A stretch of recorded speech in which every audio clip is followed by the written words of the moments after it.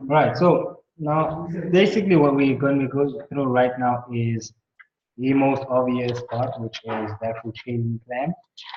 And I think what's most important about this is that at the end of the day, we need to have an actual game plan for us before we actually embark on it. Right. So this is similar to, well, it is exactly a business plan, and it's supposed to be a guideline for you to uh, get from where you are at this current moment and get you to where you need to be. Right, there's different experience levels, there's different approaches that people use. Right, so there's a lot of different various reasons why people want to embark on a business like this. But I mean, primarily, I believe that obviously making some money is one of the most important ones. So the first question obviously would be why you're actually trading, right? So this is, of course, a template of one of the trading plans that we're going to be utilizing as using as a guide for the rest of everything else, right? It um, the first one can be answered in a very simple way, right? As in, trading is one of the most challenging. All right, this is just an example. Challenging and rewarding professions. And let's say I'm a person who actually welcomes the challenge and through education, consistency, and persistence. So we're definitely going to need all three, as well as a specific trading plan, which is this proper mindset and the right tools. Obviously, I can overcome the challenges, succeed, and prosper in financial trading arena. So this is outlining all the things that you're going to need. And obviously, what I just mentioned to you, all of those different criteria, or some of the stuff that you're definitely going to have to possess in order for you to actually move forward. Right? So this will allow me to govern my own path and destiny without having to rely on anyone else for my well-being. Right? That's basically what we enjoy about trading is that it allows us to be, in a way, your own boss. Okay.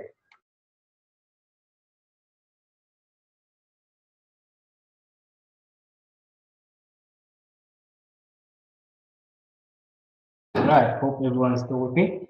Now, if you're a person who is in a way like me, you'd like a bit of competition. You want to pitch your skills against other people and your level of understanding. And the main objective will be obviously extremely obvious to actually dominate the space because you don't want to be a participant as in an industry that has a 92 about 95% dropout rate, quote unquote dropout rate.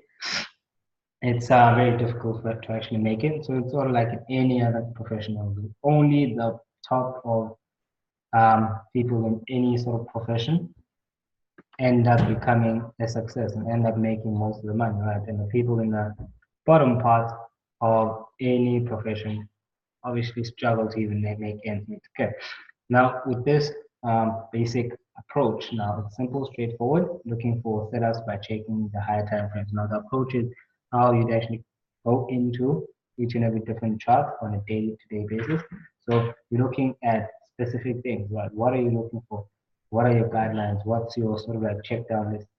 And from here, you're looking at major support and resistance levels and determining the relative trend. Then simply look for short-term price action to support the trading decision using the fib, EMAs, as well as the big figure. Right.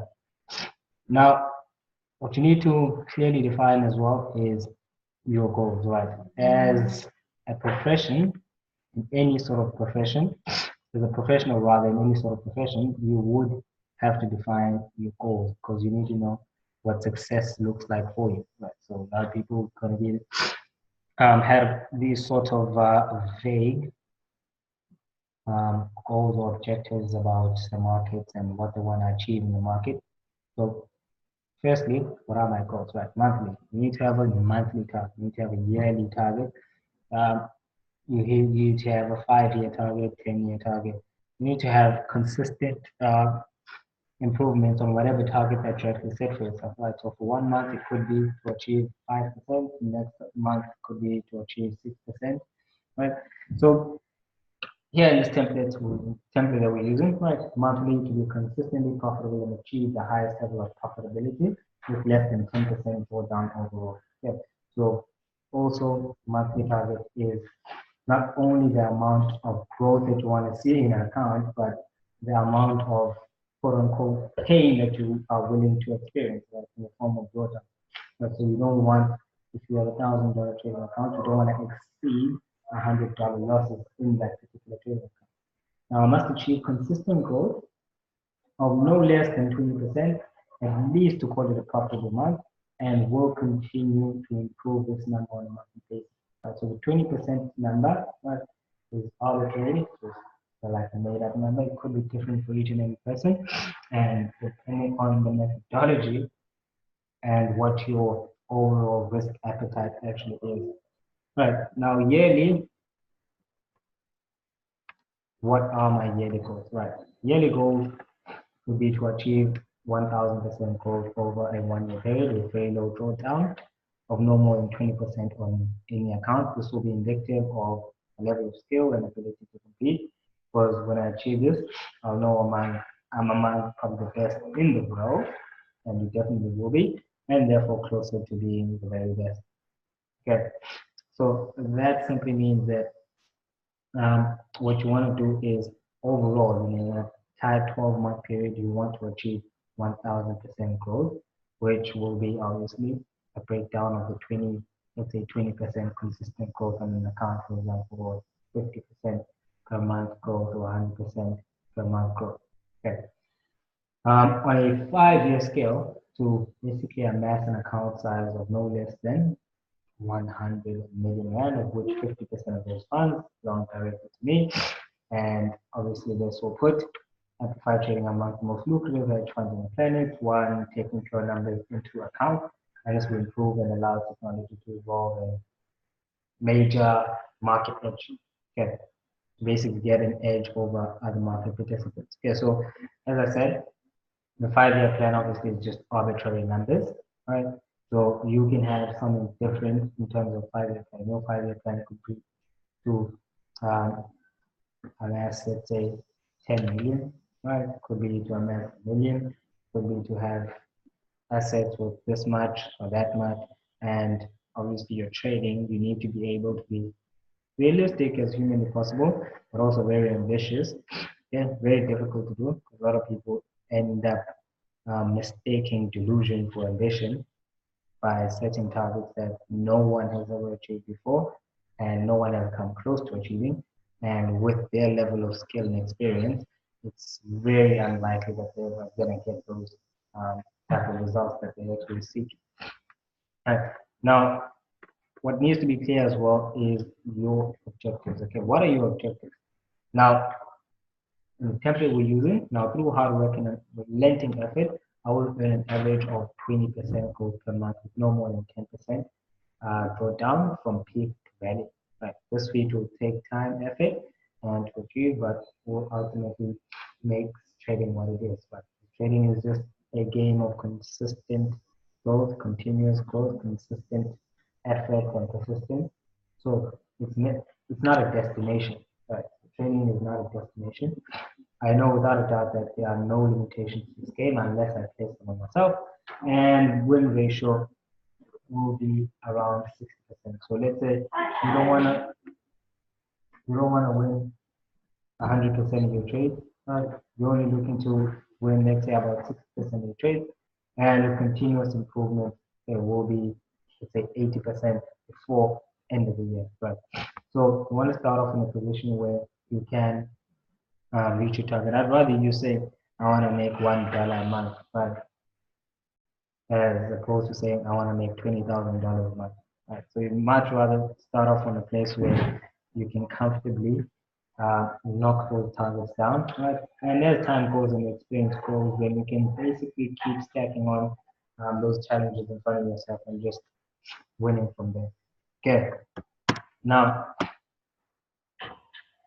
here's a brief guideline of what you can do when you're looking for actual markets to trade, right? Because here's the thing. You don't want to be trading everything. You don't want to be trading all markets at all times. You want to be as professional as humanly possible, and that will require you to actually take a certain amount of markets that you have done some thorough back test on and some thorough forward testing on, let's say on a demo, which is paper trading. And then you have all of these markets on sort of like a spreadsheet. You know, you basically understand that every single thing that these markets do, you are in tune with. So if there's news coming out, so you know what news they are for the dollar, if it's euro dollar. If Australian dollar you're trading, you have to know what's happening within the Australian dollar. So in this example, I strictly trade my 9 currency pairs, which include like Aussie USD, Euro dollar, Pound dollar, Euro JPY, Pound yen, Dollar yen, Euro CAD, Dollar CAD, and Pound CAD. But, these are a lot more than I watch, right? I only watch 3 markets. Ideally, USD JPY, Euro USD, and GBP USD.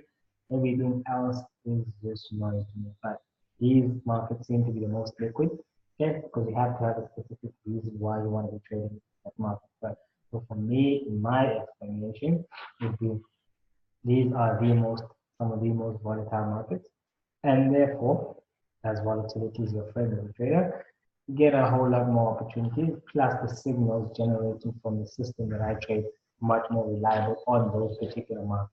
Okay, how's it working?